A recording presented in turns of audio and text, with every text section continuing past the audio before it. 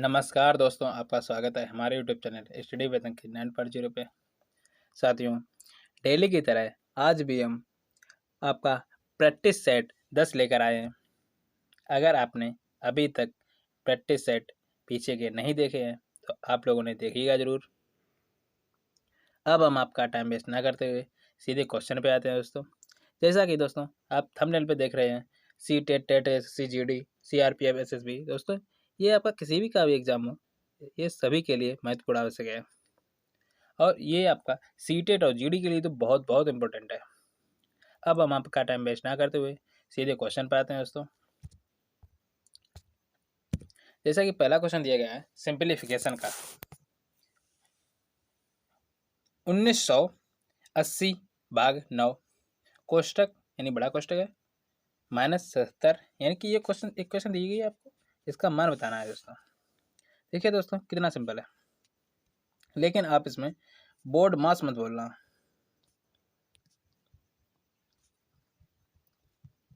यानी बोर्ड मास का मतलब समझे, यानी बी मतलब ब्रैकेट, ओ मतलब आपका ऑफ, उसके बाद आपका डी मतलब डिवाइड, फिर आपका हुआ एम मतलब मल्टीप्लाई यानी गुणा, और ए मतलब होगा ऐड, उसके बाद सब्ट्रैक्ट यानी कि माइनस।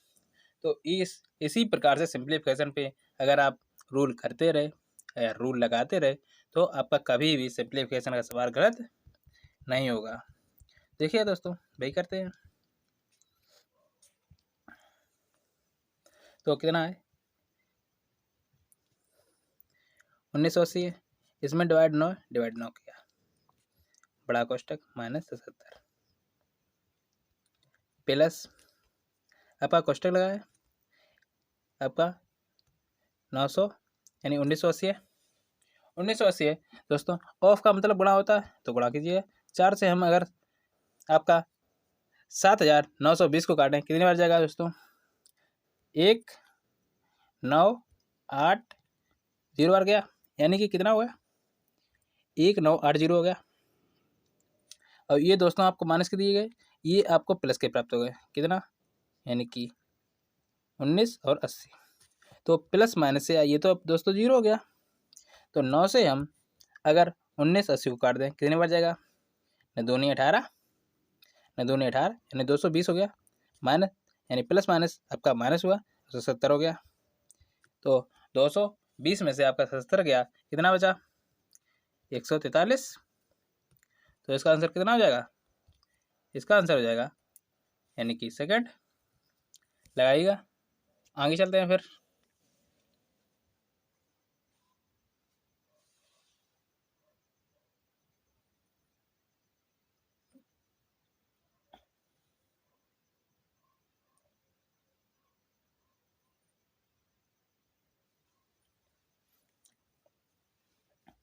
आगे चले, देखिए अगला सवाल। अगला सवाल क्या है, अगला सवाल कह रहा है एक आयताकार फर्श की चौड़ाई उसकी लंबाई की 3/5 है। यदि फर्श का क्षेत्रफल 60 मीटर स्क्वायर है तो फर्श की लंबाई और चौड़ाई में कितना अंतर है। तो चौड़ाई हम मान लें बी और लंबाई हमने मान ली एल। इसका 3/5 है, यानी कि लंबाई की 3/5 है। तो देखिए B/L कितना निकला, 3 और 5 निकलेगा।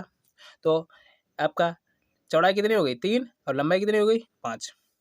तो इसका क्षेत्रफल होता है, अगर हम क्षेत्रफल इसका देखें तो इसका क्षेत्रफल कितना होगा आयताकार का, तो आयत का क्षेत्रफल आपका सूत्र होता है लंबाई गुणे चौड़ाई। ओके, तो ये x हो जाएंगे, तो हुआ 3x गुणे 5x बराबर कितना दिया गया है, आपको दिया गया है 60। तो 5 से हम काटेंगे, ये 12 बार गया, 3 से हम काटेंगे 4 बार गया, यानी x स्क्वायर बराबर कितना हो गया 4। तो x बराबर कितना प्राप्त होगा 2, x बराबर आपको 2 प्राप्त हुआ। तो देखिएगा यहाँ अंतर कितने का है, यानी एक का लंबाई चौड़ाई में आपका 2 का अंतर है। जब 2 का अंतर है तो 2 का मान 2 कितना हो जाएगा, 2 गुणे 2 करोगे आपका 4 हो जाएगा। तो इसका फोर्थ ऑप्शन सही है, लगाइएगा। आगे चलते हैं फिर।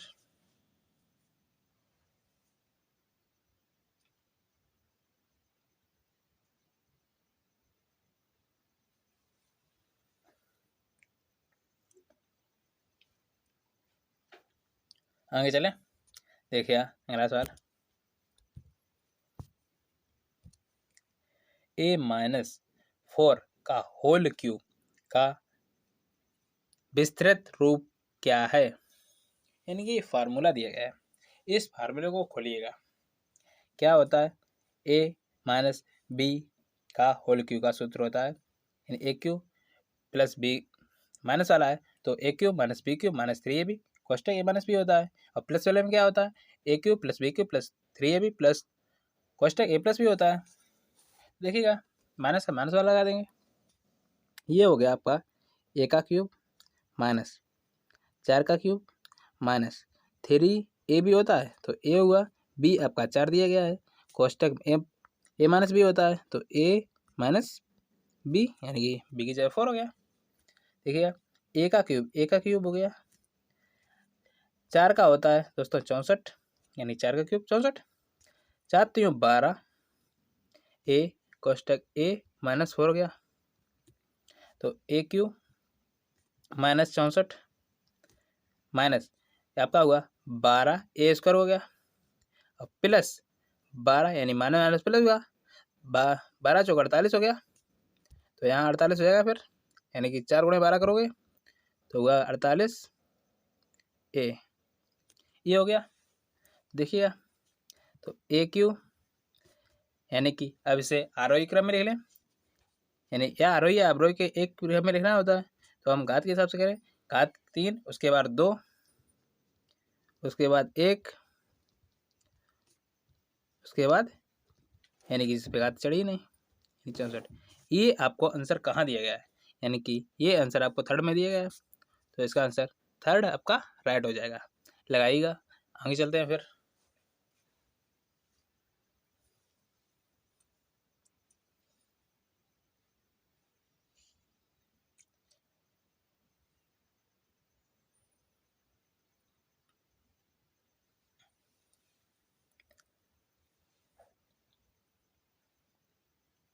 आगे चलें, देखिए अगला सवाल।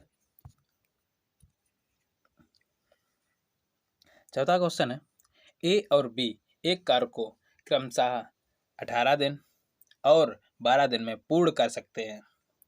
कार्य पूर्ण होने तक वे एकांतर दिनों में कार्य करते हैं। दोस्तों, एकांतर दिनों का मतलब होता है एक करके एक, मतलब एक अगर एक दिन ए आ रहा है तो एक दिन बी आएगा, एक दिन बी आ रहा है तो एक दिन ए आएगा। इस प्रकार से एकांतर होता है दिन। फिर आगे क्या कह रहा है? पहले दिन ए शुरू करके कार्य को पूर्ण करने में ए और बी को कितना समय लगेगा? यानी पहले दिन ए आता है, दूसरे दिन बी आएगा, तो इस प्रकार से आएंगे। तो देखिएगा, ए और बी दो लोग हैं, 18 और 12 की क्षमता से काम करते हैं। इतने इतने दिनों में काम कर सकते हैं, यानी कि 18 दिन 12 दिन। तो उनका एलसीएम लेंगे, कितना हो गया? 36। ए की क्षमता 2 और बी की क्षमता 3, इतनी हो गई। अगर पहले दिन ए आया, दूसरे दिन कौन आएगा? बी आएगा, फिर कौन आएगा? ए आएगा, फिर से बी आएगा। यानी 2 दिन में काम कितना होता है? 2 दिन में 5 काम हो जाता है। अगले 2 दिन में कितना होगा? 5 होगा। तो इसी प्रकार देखिएगा, 2 दिन में 5 होता है। अगर 2 दिन में 5 होता है तो देखिएगा, आपको काम कितना कराना है? यानी 36 काम कराना है। तो अगर हम 2 दिन में 5 काम होता है, अगर हम इसमें 7 का गुणा करते हैं यानी 7 दिन ले लें तो 7 गुना 35 काम हो गया, यानी 35 काम हो गया। और 7 दिन लिए यानी कि कितना? यानी 7 दूनी 14 दिन हो गए। ओके, क्योंकि एक दिन ए आता है एक दिन बी आता है, तो उसी प्रकार से 7 दूनी 14 दिन हो गए, ये 14 दिन हो गए। काम कितना बचा आपका? 36 काम था, 35 हो गया, एक बचा। अब कौन आएगा अगले दिन? यानी पहले ए आया था, अब ए ही आएगा, तो ए आपका 2 की क्षमता से काम करेगा, यानी इसे कितना दिन लगेगा? आधा दिन। तो 14 दशमलव आपका 5 आंसर प्राप्त हो जाएगा। इतने दिन आप ए बी को एकांतर दिनों में पूरा कर देंगे।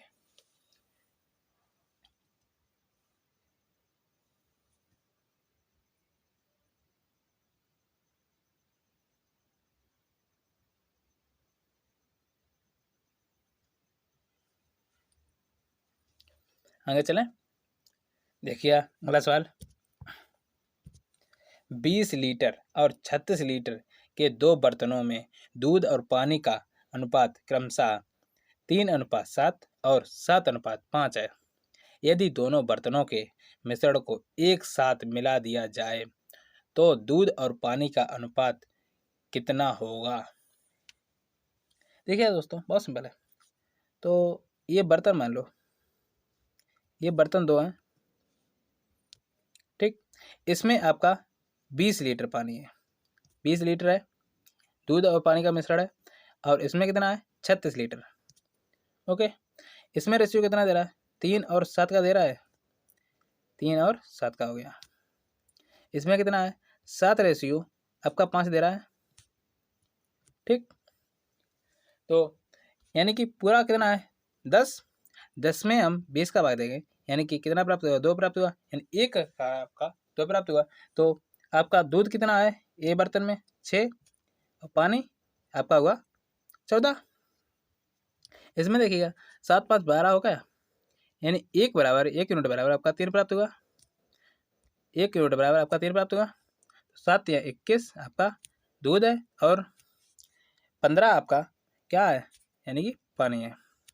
तो अब दूध दूध जोड़ दें, पानी पानी जोड़ दें, तो 21 और 6 कितना हुआ? आपका हुआ 27। 14 और 15 को जोड़ेंगे दोस्तों, कितना हुआ? 29। आपका 29 हो गया। तो ये नया रेशियो यही बन गया, यानी नए बर्तन में हमने कर दिया। तो इसका सेकंड ऑप्शन सही हो जाएगा। लगाइएगा।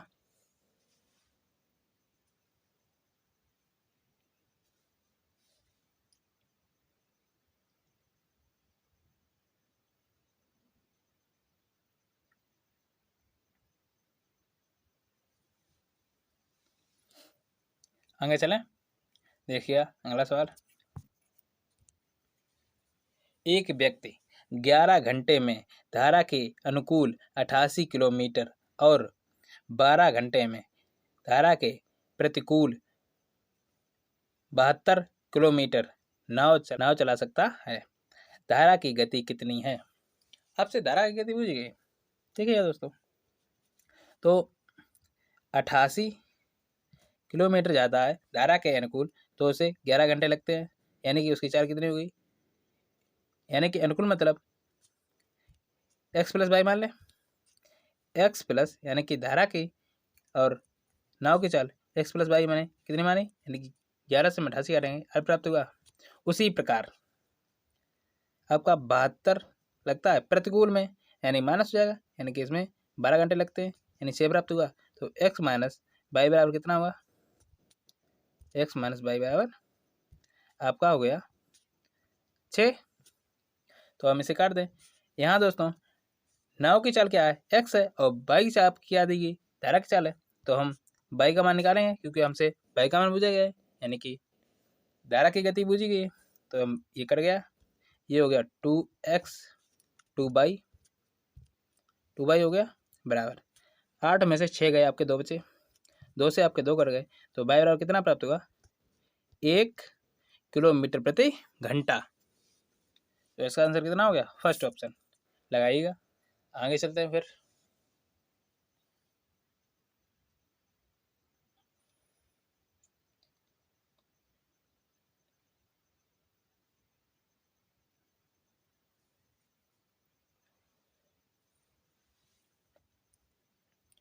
आगे चलें, देखिए अगला सवाल। 7वां क्वेश्चन है, एक पंखे का अंकित मूल्य उसके क्रय मूल्य से 25% अधिक है, यानी कि उसका अंकित मूल्य जो है क्रय मूल्य से 25% अधिक है। फिर क्या कह रहा है? यदि अंकित मूल्य पर 12% की छूट दी जाती है तो उसका लाभ प्रतिशत क्या है? ये देखिएगा दोस्तों, बहुत सिंपल सवाल है। क्या कीजिए, आप एक जगह लिखिए एमपी, एमपी मतलब अंकित मूल्य, मार्केट प्राइस। एक जगह लिखिए आप सीपी यानी कि सेलिंग प्राइस यानी विक्रय मूल्य। एक जगह लिखिए आप कॉस्ट प्राइस यानी कि सीपी क्रय मूल्य।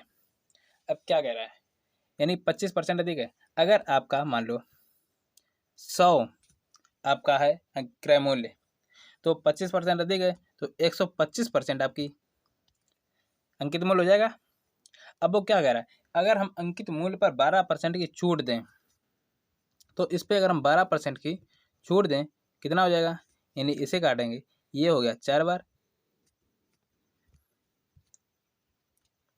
ये हो गया 5 बार, ये हो गया 4 बार। 4 से हम 12 काटेंगे 3 बार गया, यानी कि 5 तो 15, यानी 15 की उसने छूट दे दी। तो उसने 15 की छूट दे दी, यानी 125 की चीज़, यानी उसने 15 की छूट दे दी, कितने में बेचोगे, 110 में। तो आपने खरीदी कितनी थी, यानी 100 रुपये में, बेची कितने, 110 में। कितना प्राप्त हुआ, लाभ 10%। ओके दोस्तों, लगाइएगा, आगे चलते हैं फिर।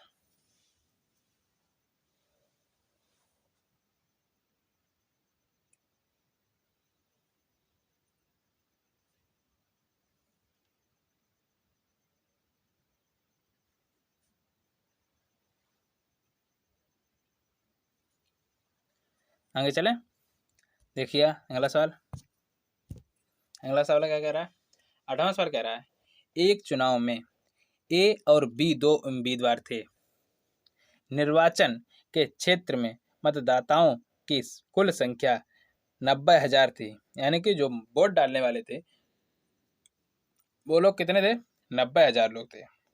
और कुल मतों का 70% मतदान हुआ है, यानी 70% लोग ने मत डाला है, यानी 100% थे उसमें 70 लोगों ने डाल दिया है। यदि ए को डाले गए मतों के 60% मत, यानी कि ए को जो मिले हैं वो 60% मत मिले हैं, तो बी का मत पूछा गया कितना बी को मत मिले हैं। देखिए दोस्तों, आप क्या कीजिए, 100% मत मानेंगे, यानी 100% मत है, उसमें से 70% मत डाले गए, और ए को कितने मिले, ए और बी, यानी कि 70 का 60% होगा, तो 70 का 60% कितना लगेगा, 70 का 60% निकालोगे, देखिएगा परसेंटेज ऐसे ना डालोगे, नीचे गुणा हो जाएगा, यानी इससे कटेगा, 7 42 प्राप्त हुआ, यानी ए को 42 प्राप्त हुआ, ए को 42 प्राप्त हुआ, तो बी को कितना प्राप्त होंगे, यानी कि 28। ओके, अब देखिएगा, देखिएगा, यानी कि 90,000 आपको 100% का मान दिया गया, यानी कि कुल मत दिए गए थे। ओके, आपसे पूछा क्या गया है, आपसे बी का मान पूछा गया, बी का मान कितना है, 28, तो अलग कर दें, 0 से 0 कट गया, आपका 0 हो गया, 0 हो गया, 9 अट्ठे 72, यानी कि 2 हो गया, 9 दूनी 18, और 7 हुआ आपका 25, तो आपका आंसर कितना हो गया, 25,200 बी को वोट मिले थे। ओके दोस्तों, लगाइएगा, आगे चलते हैं फिर।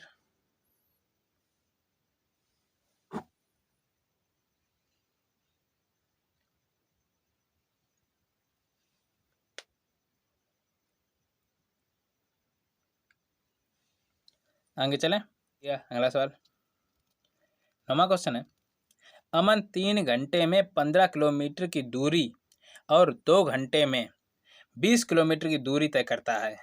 अमन की औसत गति क्या है।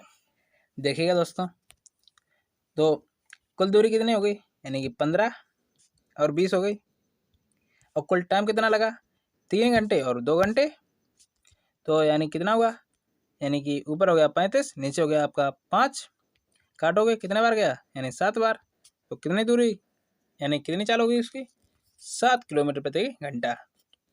ओके, लगाइएगा, आगे चलते हैं फिर।